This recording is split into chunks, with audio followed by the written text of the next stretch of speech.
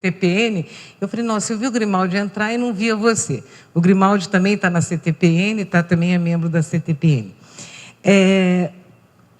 Não abrange. Quando a gente escreveu o texto básico, nós queríamos abranger os veterinários, as clínicas veterinárias.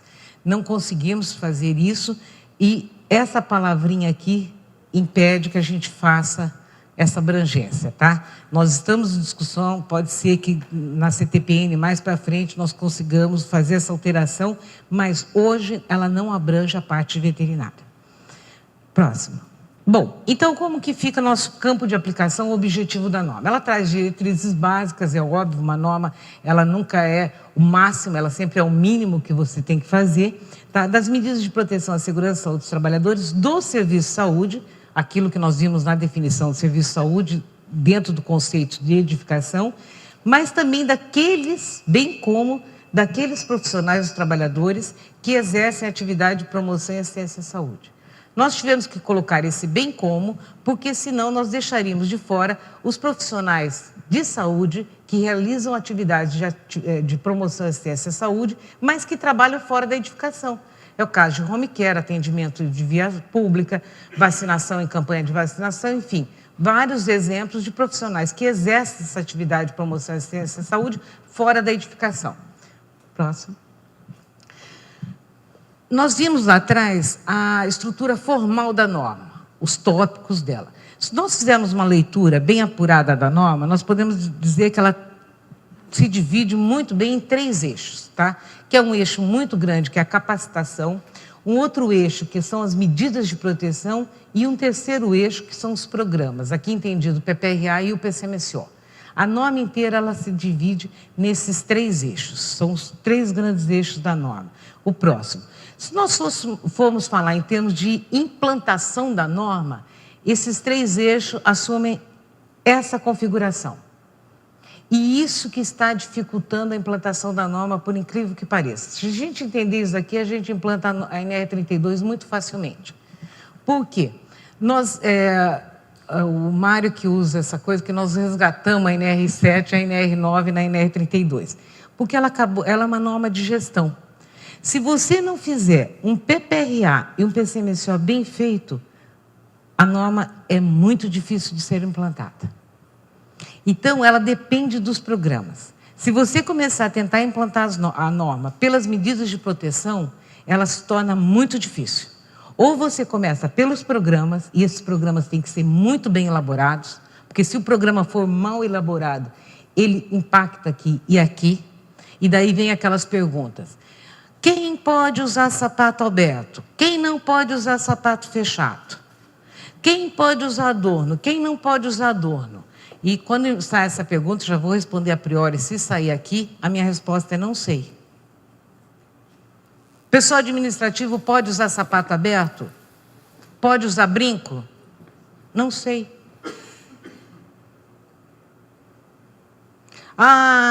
O pessoal de laboratório não, esse exemplo é ruim. Pessoal da nutrição, pode usar? Não sei.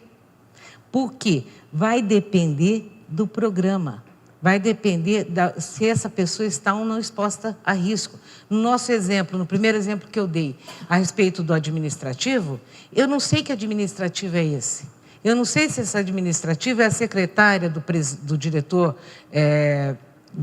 não o diretor clínico, do diretor geral do hospital, que nunca entra no hospital e esse hospital tem uma planta que a parte administrativa fica separada. Eu não sei se esse administrativo é aquela pessoa que vai fazer ficha no pronto-socorro de uma pessoa que entra na urgência. Eu não sei se esse administrativo é aquela assistente social que corre o hospital o tempo todo conversando com os pacientes, entrando em quarto e tudo mais. Então, quem vai dizer é o PPRA e o PCMSO, porque a norma diz que não pode usar sapato aberto, não pode usar adorno quando estiver exposto a risco biológico. Como que aqui agora, nós ou eu vou saber se essa pessoa está ou não exposta? É aqui que vai saber. Daí fica complicado. Então, a norma é uma norma de gestão, é uma norma que depende desses programas, ou você faz bem feito aqui, e se fizer bem feito isso daqui, a decorrência fica fácil, ou então complica tudo isso daqui, porque daí as perguntas, na hora que você vai fazer capacitação, na hora que você vai implantar medida de proteção, e daí? É ou não é? Certo? Próximo. Bom, vamos falar da capacitação. Eu não vou falar dos programas, eu vou passar um pouquinho depois do PPRA, porque o PCMSO, o Schneider que vai falar. Schneider, só uma coisa, quando eu estiver na metade do meu tempo, você me dá um toque? Porque eu falo pouco, então, para eu alongar um pouquinho mais, tá? Obrigada. Capacitação. Aqui também nós temos que prestar muita atenção. Existe, e já, infelizmente, quando você faz uma norma, a gente tenta cercar para não vir aquele monte de gente esperta tentando ganhar dinheiro. Tudo bem, vai ter gente que vai ganhar dinheiro e tem que ganhar e tem que realizar seu trabalho. Agora, vamos fazer isso de forma honesta e correta, né?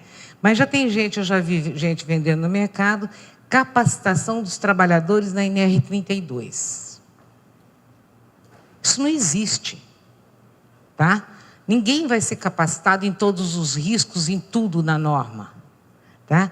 Aqui também entra a questão da especificação, fica sem dormir que dá nisso, especificação do risco a que ele está exposto. Não se justifica eu pegar um trabalhador que está exposto a, ele trabalha no setor de isolamento, tá? E capacitá-lo na questão de radiação ionizante. Daí a pessoa que vende essa capacitação, e vendedor tem boa lábia, senão não era vendedor, né? Não se criava na profissão. Não, mas é muito interessante, porque daí o trabalhador adquire mais conhecimento, e conhecimento sempre faz bem, nunca é demais. Concordamos com isso. Só que conhecimento que não tem nada a ver com a minha realidade, eu não escuto. Aliás, eu escuto, mas não ouço, eu não guardo. Seria a mesma coisa, vocês estão aqui num sábado à tarde, chuvoso, tudo bem que não dá para ir para a praia, mas dá uma vontade de ficar no hotel dormindo. A maior parte dos hotéis hoje tem feijoada, então melhor ainda para dormir.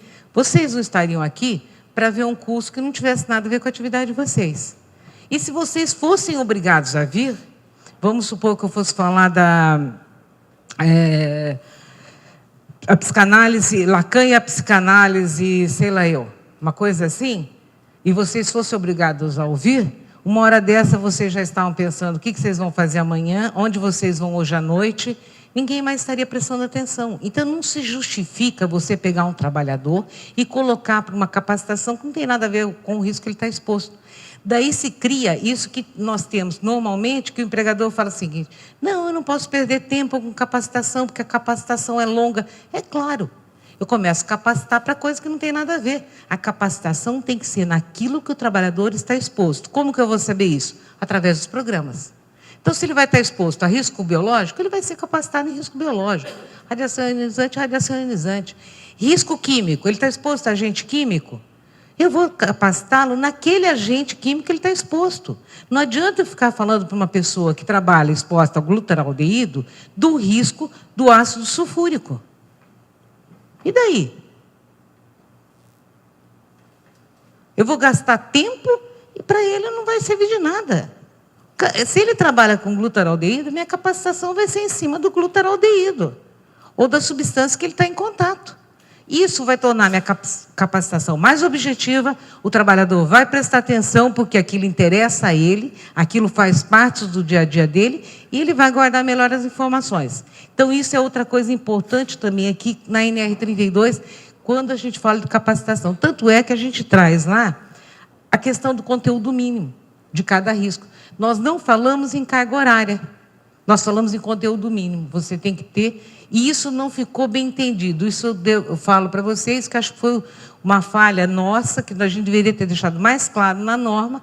Não, a capacitação tem que ser capacitada quanto aos riscos especificamente, tá? Mas está aí.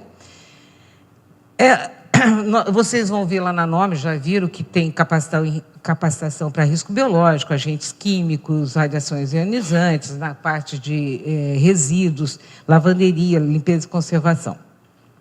Sempre as capacitações têm que ser antes da atividade, de forma continuada, tá? Antes da atividade, é claro, porque ele tem que conhecer o risco e está capacitado antes de começar a trabalhar. Só que essa capacitação, muitas vezes, o aproveitamento é relativo. Por quê? ele não conhece o posto de trabalho ainda, então isso daí tem que ser de forma continuada, até porque também a tecnologia muda, a exposição muda, então tem que ser continuada.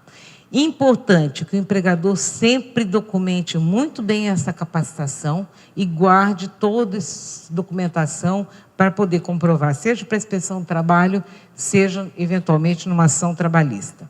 E em 2 momentos nós falamos que essa capacitação tem que ser ministrada por profissionais de saúde. Quando nós falamos de risco biológico e quimioterápicos. Porque nós achamos e achamos que nesses 2 casos não dá para ser um outro tipo de profissional, que são assuntos muito específicos. Eu, por exemplo, sou médico do trabalho, eu não me considero capacitada para ministrar um curso sobre quimioterápicos. Tá? Houve uma discussão no grupo que a gente queria ser um pouco mais específico com relação a essa habilitação para dar essa capacitação, mas acabou ficando como profissionais de saúde. De qualquer forma, uma coisa também, a norma é cara para implantar, não é. Porque aqui, nos outros casos também se aplica, mas vamos pegar esses 2 casos aqui. Risco biológico, se eu tiver que dar uma capacitação, quem que pode fazer isso, por exemplo, dentro de um hospital? O pessoal do CCIH. Eles estão extremamente bem colocados para fazer essa capacitação. Quimioterápicos. Se o serviço mexe com quimioterápicos, obrigatoriamente por lei, ele tem um farmacêutico responsável pelo setor. Esse farmacêutico vai capacitar os seus funcionários. Normalmente ele é chefe do setor, ele vai capacitar os seus funcionários, tá? Então isso também é importante a gente falar. Próximo. Bom, vamos falar agora, eu vou falar só do PPRA com relação aos programas. Pode passar. Uma coisa que eu gostaria de chamar a atenção. O que nós fizemos, tá? A NR79 já é antiga. O que nós trouxemos para cá, nós não mudamos a norma. Nós trouxemos o que minimamente esse programa tem que ter. Só isso, tá? Então, o que a gente traz aqui, na realidade, se você for fazer uma leitura bem apurada da NR79, isso já está dito lá. A gente só detalhou aqui. A gente trouxe aquilo que muitas vezes já tinha sido solicitado, né? Já falaram para a gente que a gente trouxe a receita do bolo. A receita está meio complicada, mas a gente trouxe a receita do bolo.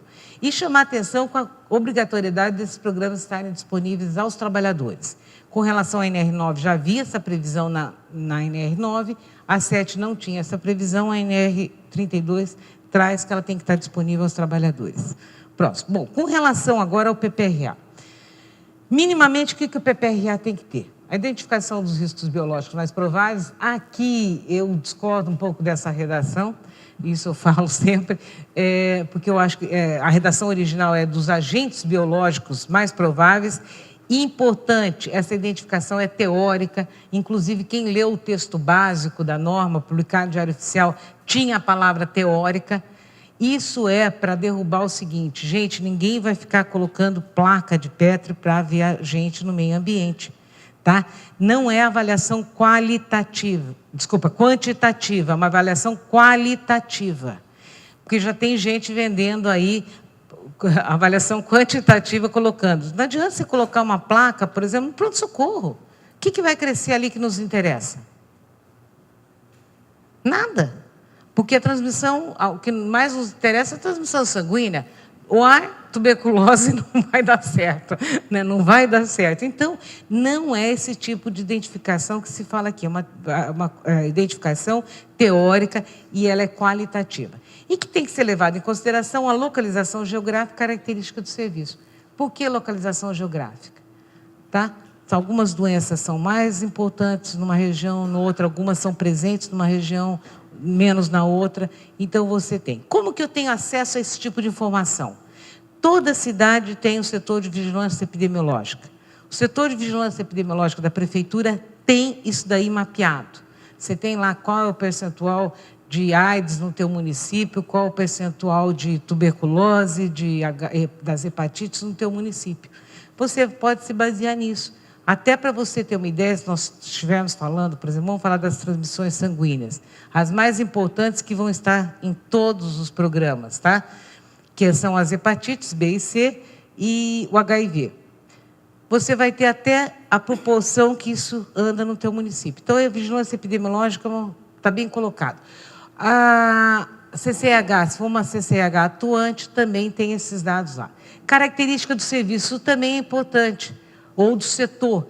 Se eu estiver fazendo o PPRA do pronto-socorro ou da obstetrícia, tá? É totalmente diferente. Vamos falar da obstetrícia. Se eu estiver fazendo o PPRA de uma maternidade que atende classe média alta, e uma maternidade que atende uma periferia que o serviço da saúde da mulher não está bem desenvolvido ali, é diferente. Não porque vai mudar a prevalência das doenças, não é isso? Eu vou ter a mesma quantidade de HIV, de hepatite e tudo mais. Só com uma diferença. Na classe média alta, 99% das mulheres vêm com pré-natal feito. E, além do que, chegam com tempo hábil no hospital. Ao passo que essa outra população que eu atendo, normalmente, se o serviço da mulher não está bem implantado, não é bem organizado, eu vou ter um percentual muito menor de pré-natal. E, além do que, essas pessoas, essas mulheres, por dificuldade de acesso ao hospital, muitas vezes já chegam em trabalho de parto ganhando. O que muda isso em termos de prevenção? Muda tudo.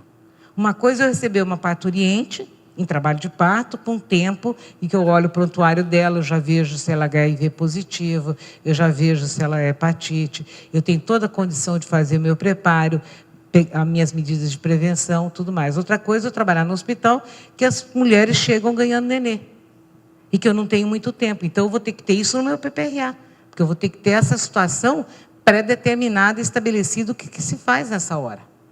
Ou seja, nessa hora eu vou proteger para tudo possível, porque eu não tenho tempo para saber o que eu estou em contato. Tá?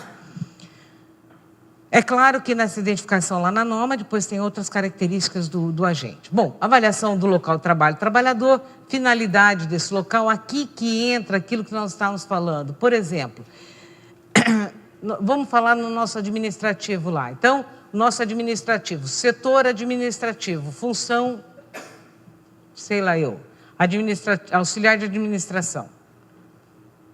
Aí é o tipo dramático, né? Setor administrativo, a função auxiliar de administração. Eu tenho que ter uma descrição dessa função, porque aí não me disse nada, tá? Eu não sei o que essa pessoa faz. Então, qual a finalidade, o que é feito, como é a organização, quais os procedimentos que são realizados, tá? Qual a possibilidade de exposição?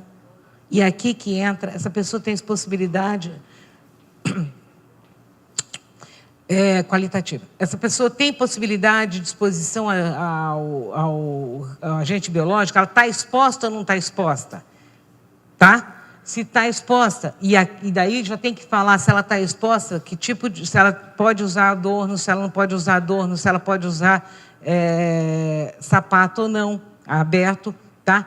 Descrição das atividades e funções e as medidas preventivas. Enfim, esse item mais o de cima, eu fecho a questão do meu programa. Tá? Eu vejo o risco lá, só que o fato do risco estar lá, o fato do agente estar aqui, não quer dizer que eu tenha risco. Eu vou ver como que essa trabalhadora está exercendo a sua atividade para saber se ela está exposta ou não. É isso que vai dar o risco, se ela tem a exposição ou não. Ah, mas tem o risco biológico, tem o agente biológico. Tem. Agora, se eu, por exemplo, se é um hospital, vamos falar o seguinte, 0 de atendimento de tuberculose, não tem nada via aérea, tá? E ela só faz entrevista, ela pode entrevistar o dia inteiro paciente com hepatite, que ela não está exposta. Certo? E mesmo tuberculose, se ela só entrevista pacientes com tuberculose, que já entraram em tratamento, já não são mais bacilíferos, também a gente já vai ter que discutir isso. Então, são essas questões que vão me dar o risco, a exposição dela e o risco. Próximo. Bom, de qualquer forma, nesse caso, eu acho que isso ficou bem claro, na elaboração do PPRA e do PCMSO, tem que haver um trabalho conjunto do SESMIT ou de quem estiver elaborando esse programa com a CCIH. Tá? Porque a CCIH detém esses conhecimentos de infectologia, que para nós, médicos do trabalho, venhamos, não é muito fácil. A gente já esqueceu isso lá da faculdade. Tá? A gente já não está mais familiarizado com algumas questões relacionadas a esses agentes. Então, a CCH é uma grande ajuda para a gente, porque eles trabalham com isso constantemente, então eles têm o conhecimento de infectologia que pode nos ajudar. Próximo. Com relação a produtos químicos, tá? No PPRA, vamos sair do risco biológico, o que tem que ter é o inventário dos produtos químicos. Todo mundo, muita gente... Gente, isso daqui já deveria estar sendo feito desde 94. É absurdo você falar num PPRA de um local qualquer de trabalho, que tenha produto químico e que não tenha um inventário. Você tem que ter uma lista de todos os produtos químicos. É trabalhoso? É. O primeiro é muito trabalhoso. Depois se torna mais fácil. Mas sem isso daqui, você não pode falar que é um PPRA. Porque eu tenho que ter listado lá os produtos químicos que são utilizados. Tá? E assinalando aqueles que trazem risco à saúde do trabalhador. E desses eu tenho que ter uma ficha descritiva. Agora, aqui é muito importante que esse daí seja visto a questão risco. Porque não é o fato de eu ter um produto químico que eu tenho risco. Porque o que nós temos hoje no PPRA? Como auditora, eu tenho acesso a muitos PPRAs. A gente tem comumente uma situação. A situação mais frequente é que o PPRA tenha lá. Risco, produtos químicos. Não falou nem disse nada, né? Produtos químicos, é água, ar, sei lá eu, produtos químicos. Então, não disse nada. Ou então, aquele outro PPRA, que é menos frequente, mas acontece, que é o xiita, né? Risco. Dá uma substância, agora me fugiu. Uma substância qualquer, sem trazer concentração nem como é utilizado. Pá! Tá? Certo, mas substância, sem a concentração e como é utilizado, também não diz nada. Por quê? 2 princípios de toxicologia, senão não existe a toxicologia. Primeiro, todo produto químico oferece risco, ou pode oferecer risco à saúde humana. Todo. Oxigênio, grande exemplo. Tá? Água. Tá, oxigênio, nós precisamos para respirar, mas numa concentração, ele pode nos fazer mal. Certo? Então, não existe produto inócuo para a saúde humana. Ponto. Outra coisa, para eu saber se tem risco ou não, eu dependo da concentração e do tempo de exposição. Se eu não tiver a concentração do produto químico e tempo de exposição, eu não disse nada no meu PPRA. Tá? Então, eu vou ter que ter, por isso que no momento a gente fala no risco que ele oferece à segurança do trabalhador, na forma como ele é utilizado. Porque não me interessa o risco inerente da substância. Isso não existe. Eu tenho que saber na concentração e na forma como ele é utilizado. Eu posso ter uma substância que, a 100%, que seja utilizado 90%, uma vez por mês durante 5 minutos. E uma outra que é totalmente uma diluição bem mais tranquila, que nessa diluição não ofereceria muito risco, mas que é utilizado 8 horas por dia. Então, é isso que vai me dar o risco. Então, isso é muito importante para a gente evitar ou o PPRA, que não traz informação nenhuma, ou o xiita, que existe a substância e existe o risco. Tá? Próximo. Com relação à radiação ionizante, aqui a gente tem sempre um pouco de medo, né? Ainda mais nós, médicos do trabalho. Se a gente não está familiarizado com agente biológico, né, porque a gente já esqueceu muita coisa de infectologia, quando fala em radiação ionizante, então, a gente, com exceção de quem fez um pouco mais de física, ou quem passou um pouquinho na medicina nuclear, mas são poucos, a gente falar em radiação ionizante, não quer nem ver isso daí, porque isso aí eu não entendo e não me interessa. Tá? Uma coisa que a gente procurou trazer na NR32 são tópicos extremamente simples. Por quê?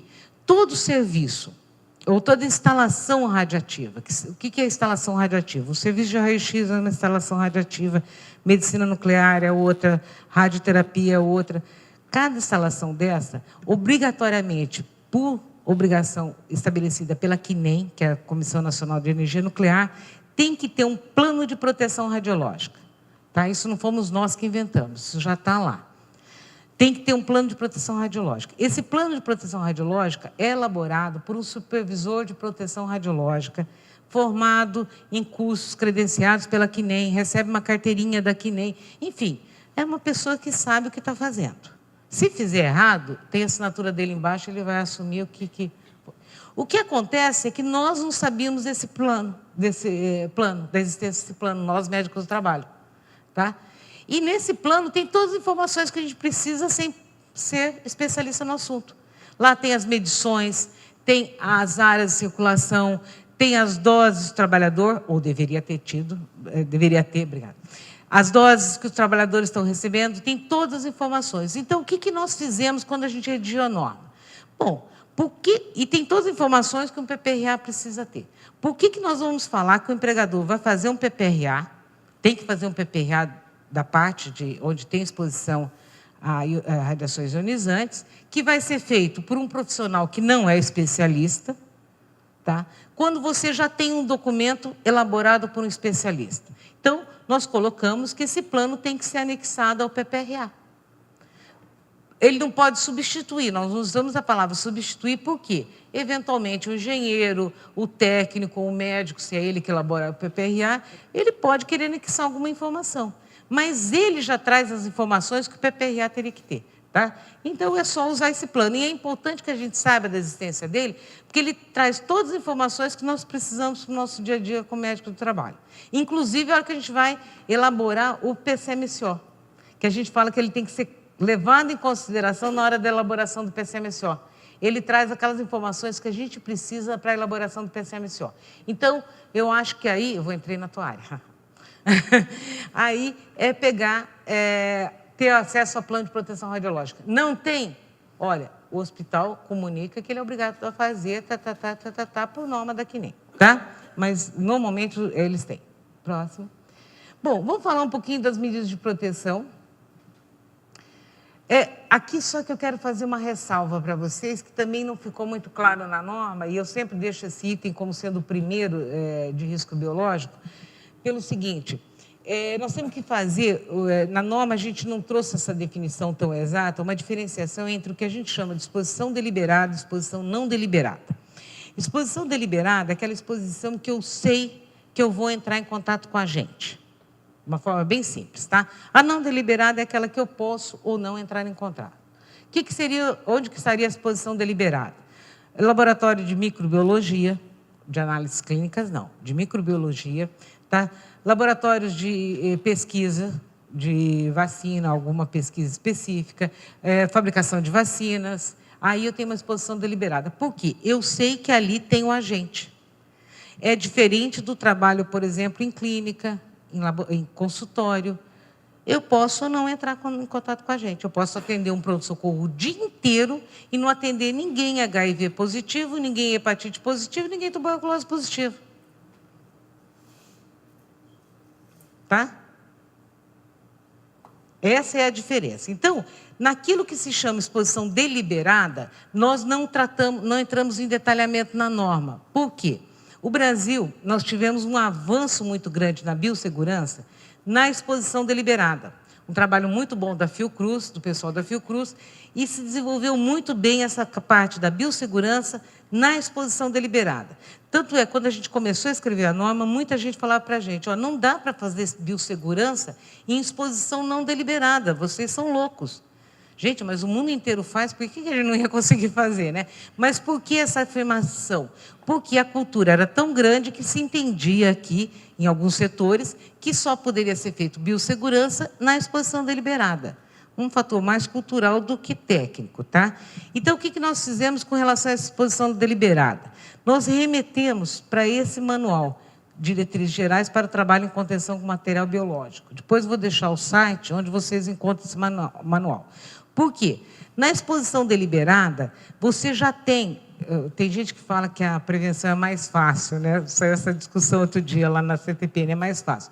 Eu não sei se é mais fácil ou não, mas você já sabe o agente que está ali. Eu, particularmente, agora no Eli falando, eu acho que é mais fácil, porque você sabe quem é teu inimigo, né? Você sabe que o agente está ali. Então, o laboratório, por exemplo, já é classificado, ele já recebe uma classificação por nível de contenção. Ele é nível de contenção 1, 2, 3 e 4. Tá? E esse nível de contenção, esse manualzinho aqui traz. Nível de contenção 1, o que tem que ser feito? 2, o que tem que ser feito? 3, o que tem que ser feito? 4, o que tem que ser feito? você não inventa muito. Nível 4, nós temos poucos no Brasil, acho que são 5 ou 6 só que nós temos. Lá em Porto Alegre, vocês têm um, né? São 5 ou 6 só no Brasil, são bem poucos. Tá? O que quer dizer esse 1, 2, 3 e 4? Tem a ver com aquela classificação de risco dos agentes biológicos. Então, se eu estou manipulando a minha pesquisa, agente 1, meu nível de contenção é 1. 2, minha pesquisa é com agente 2, meu nível de contenção vai ser 2.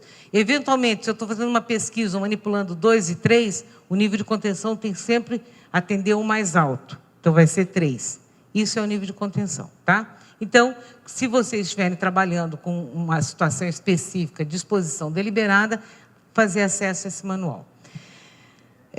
Aqui eu vou destacar essa questão dos trabalhadores com lesão. Então, o que a gente trouxe na norma? Que todo trabalhador que tiver lesão em membros superiores, ele não pode iniciar atividade antes de passar por uma avaliação médica.